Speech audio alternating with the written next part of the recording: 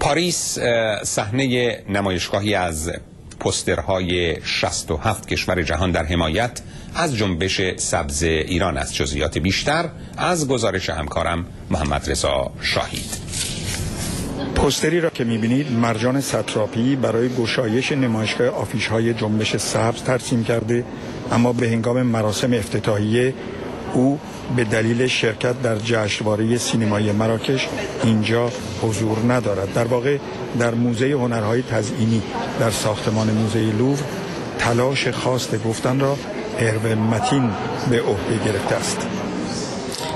این نمایشگاه امروز روز 10 دسامبر به مناسبت روز جهانی حقوق بشر برگزار میشه و نتیجه 500 تا آفیش که در یک مسابقه انتخاب شدن. این مسابقه روز 3 سپتامبر راه افتاده با موضوع آزادی بیان.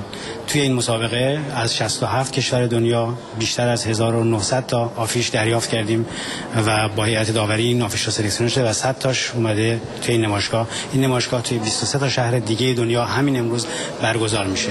توی این بخش تصمیم گرفتیم برای حمایت از گرافیستای دنیا که کاراشون رو برای حمایت از جنبش سبز فرستادن، همچنین یک گوشه رو رزرو بکنیم که ببینین 28 از این کارها انتخاب شده و به نمایش گذاشته میشه که مردم دنیا بتونن ببینن که گرافیستا دنیا چی راجع به جنبش سبز فکر میکنن. 300 نفر از ایران کارهایشان را به این نمایشگاه فرستادند تا صدای گفتن باشند. در اینجا بعد از معرفی قسمت‌های برنامه، فرانسوا جولیار دبیر گزارشگران بدون مرز یا پیر شاپیرا جانشین شهردار سخن گفتند. ابتدا آقای اورستیو پیامی را از شورای اتحادیه اروپا درباره آزادی بیان قرائت کرد.